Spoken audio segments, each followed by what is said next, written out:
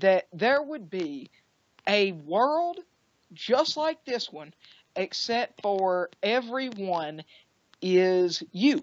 You, just your face on every single person. If there's an infinite amount of possibilities, then that would be that. But you know that that's not the case. You know that there's not a world of yous out there. Actually, I can't say that I know that there's not a world out there that's like that. But, I mean, that'd be insane.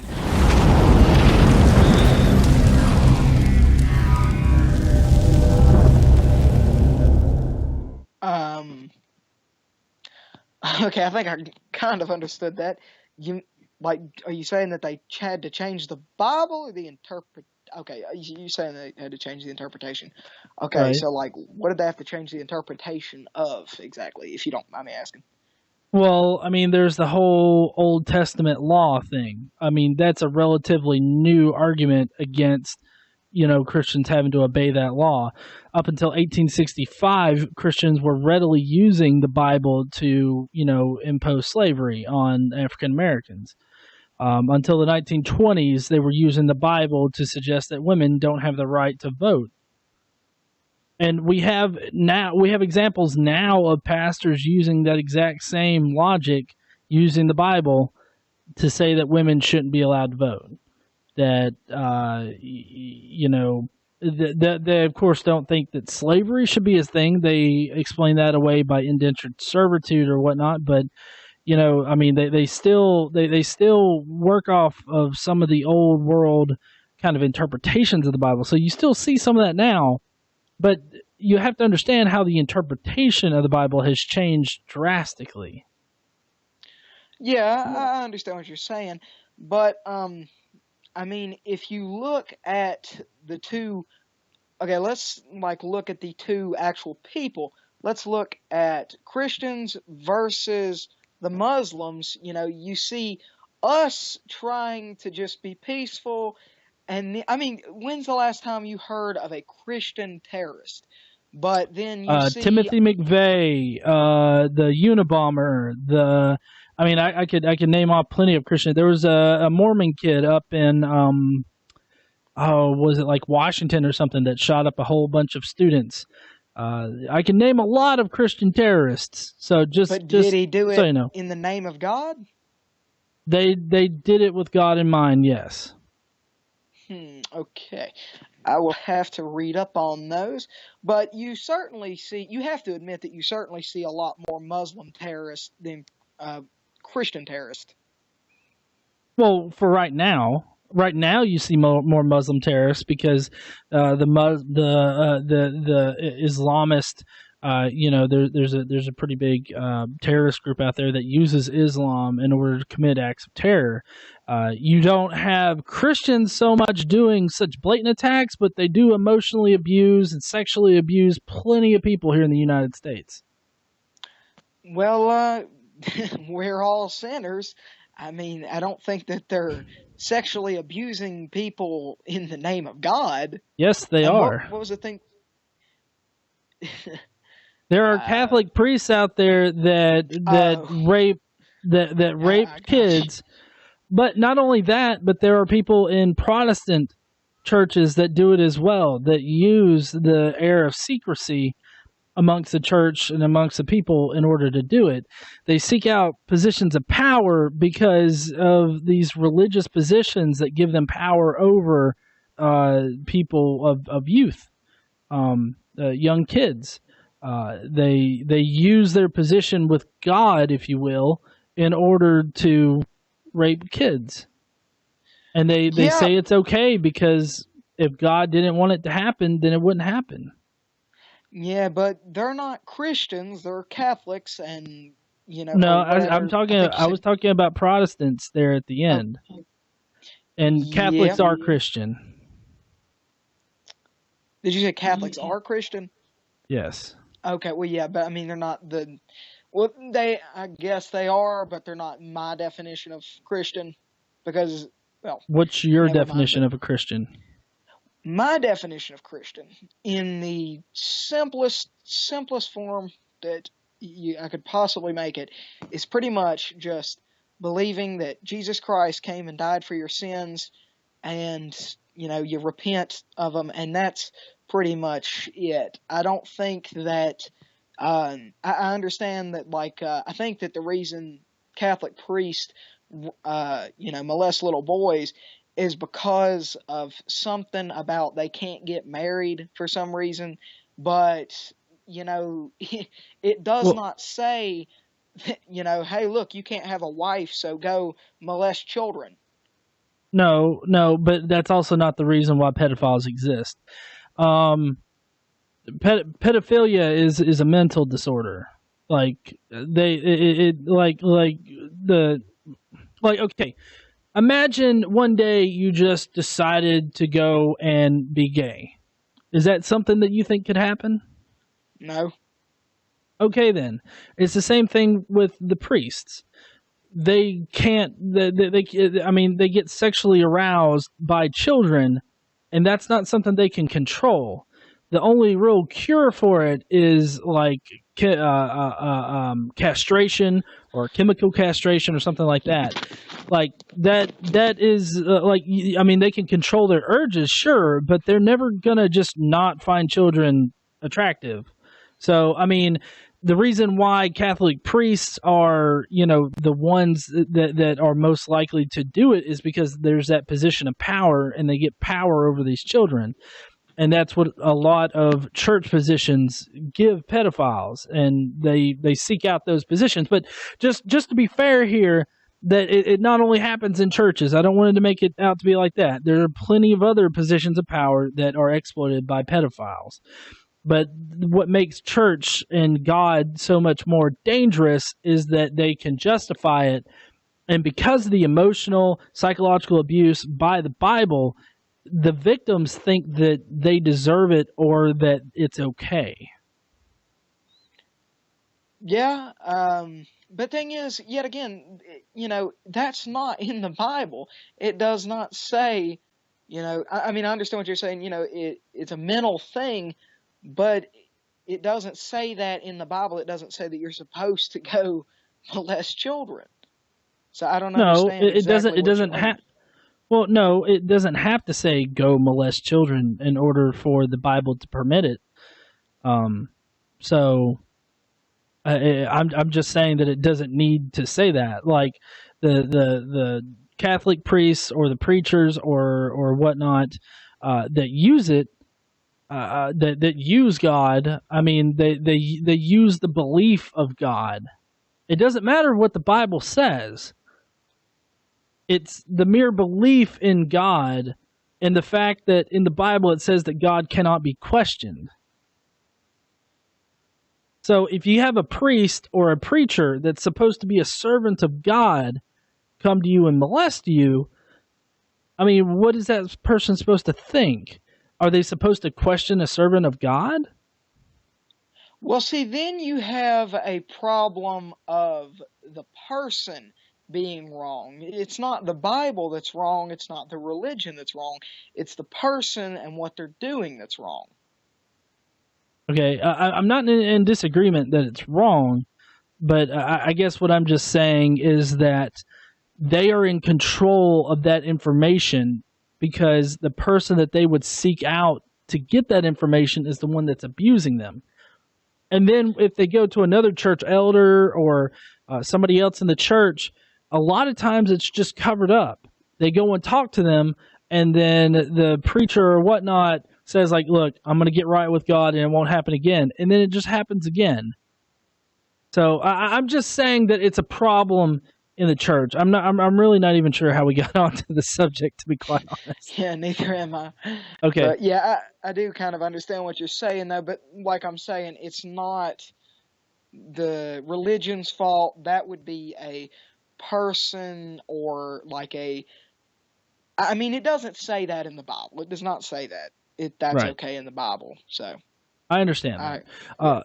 Just to kind of get back on track here, we were talking about how that Jesus and God are the actual gods rather than like Allah or any other kind of God out there. Like how do you know personally that you're right? Okay, well, see, the Bible is a collection of, I want to say this right, I love this, it's from a video called Why You Can Believe the Bible or something like that, but it's a collection of eyewitness accounts written during the lifetime of other eyewitnesses. That's a good reason to believe. Then you have some atheist historians who say that Jesus is undeniable as a person anyway. Now, they question his divinity, and that's why they're atheist, but they even say that Jesus was a man and that his existence and death as crucifixion is undeniable. Okay, well, I mean, that's just an appeal to authority. It's not convincing.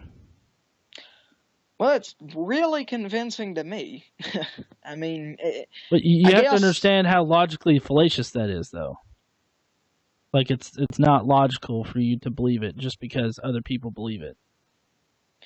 Well, see, I don't believe it just because other people believe it. I believe it because it was... Okay, look at it this way.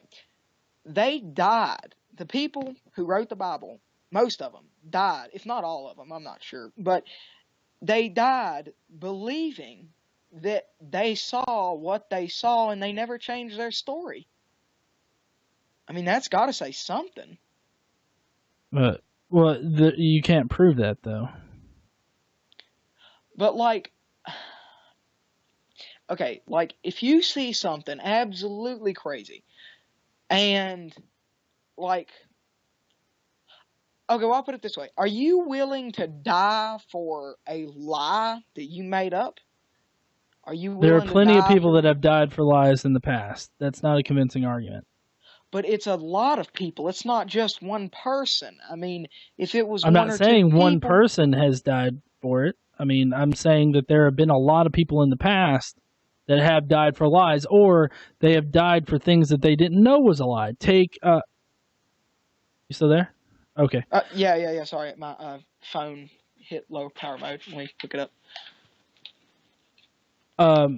Take the Jonestown massacre. Those people died for something they thought was a truth, but it was a lie. Yeah. So the Heaven's Gate cult, they thought there was a spaceship behind a meteor. But they believed that was truth.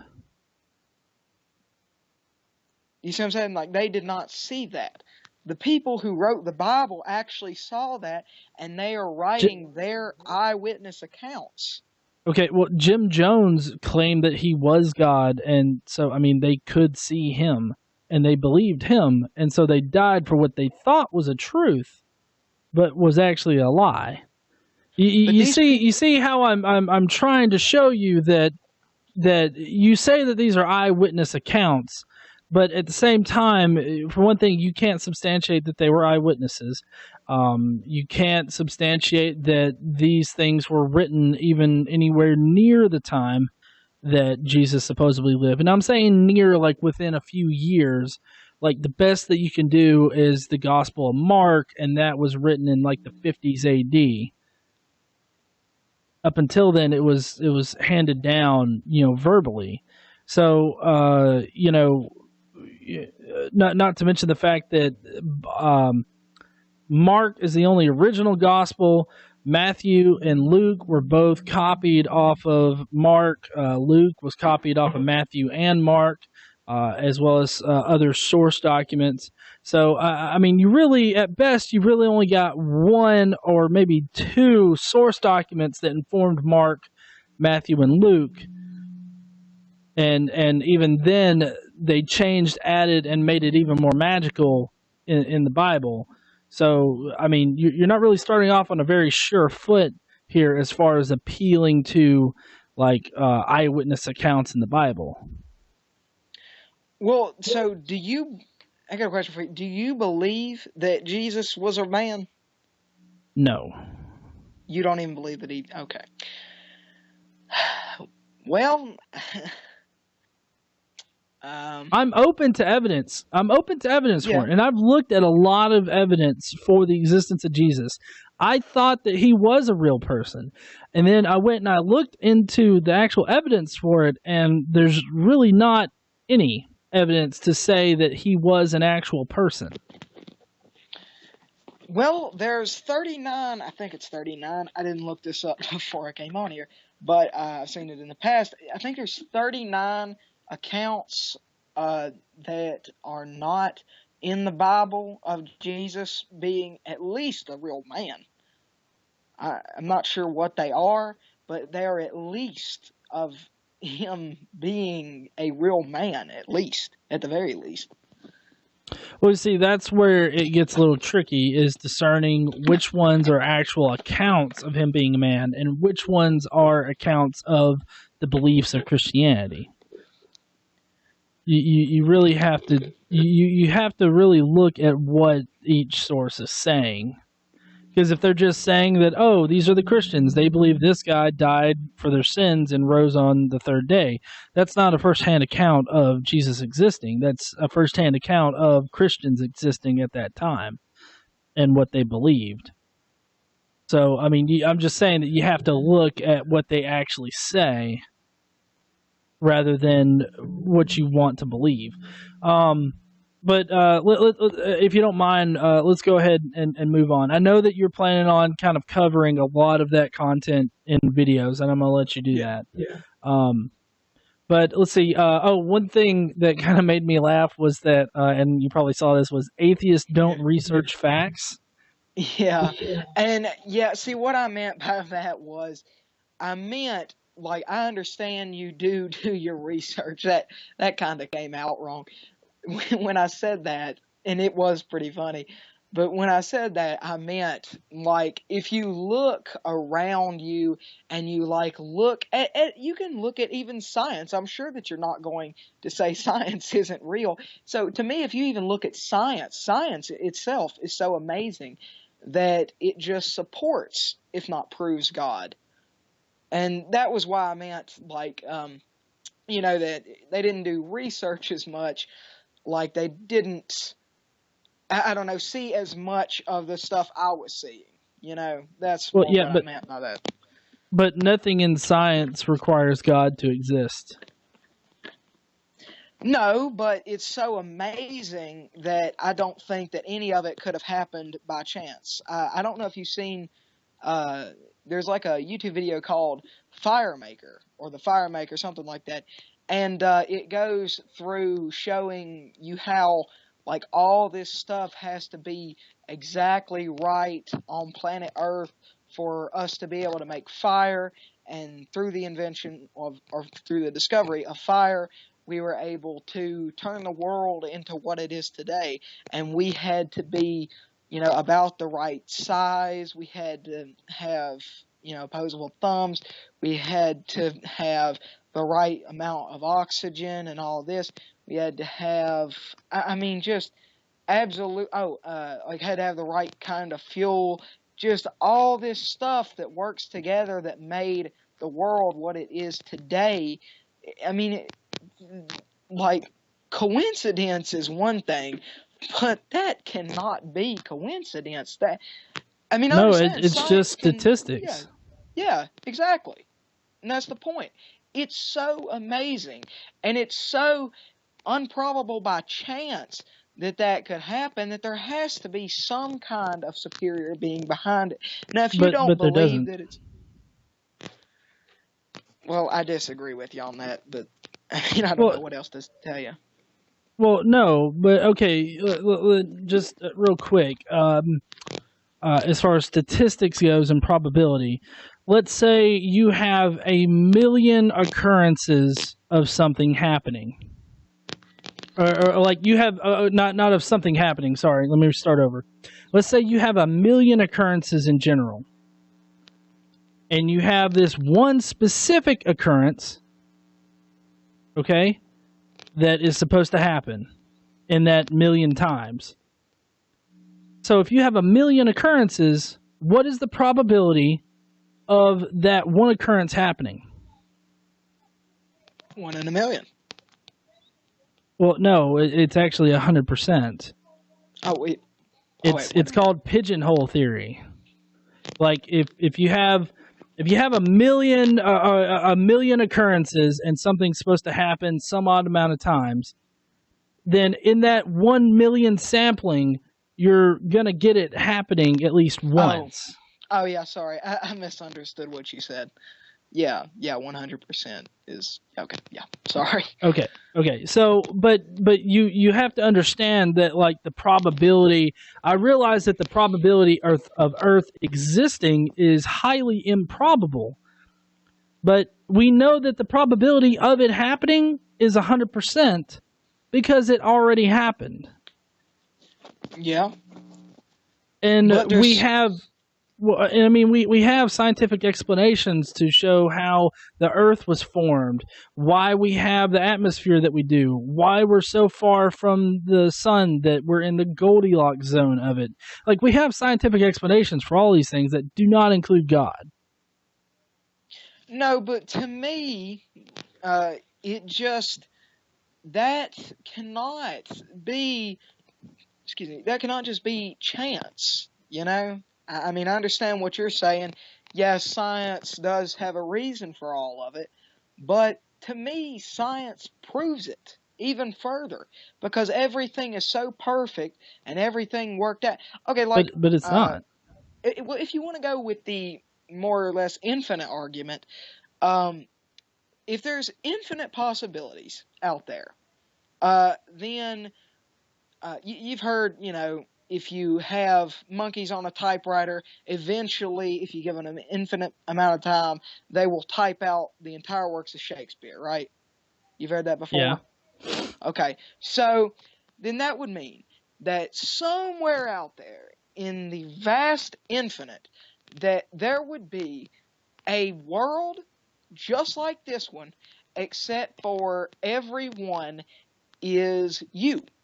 Just your face on every single person. If there's an infinite amount of possibilities, then that would be that. But you know that that's not the case. You know that there's not a world of yous out there. Actually, I can't say that I know that there's not a world out there that's like that. But, I mean, that'd be insane. I mean, okay. It's highly improbable, but I'm not going to go as far as to say I 100% know that it's not out there. Because I can't know.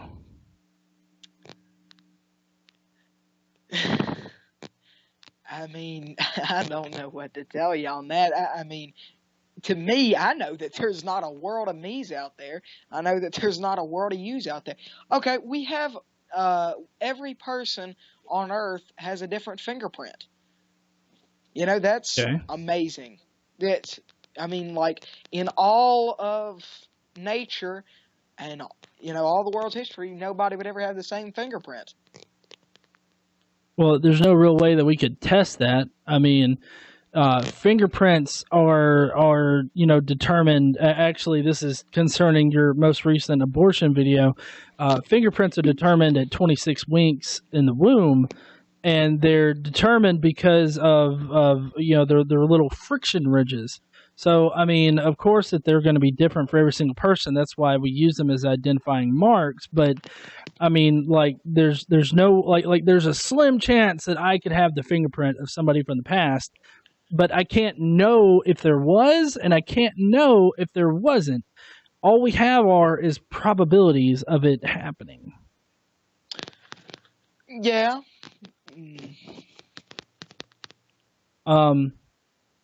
But as far as your actual argument goes, it seems like you're doing an argument from design, argument from complexity, and I would just really implore you to go and look up the research about, you know, how planets form, how we know what, you know, how a planet forms or how a solar system forms.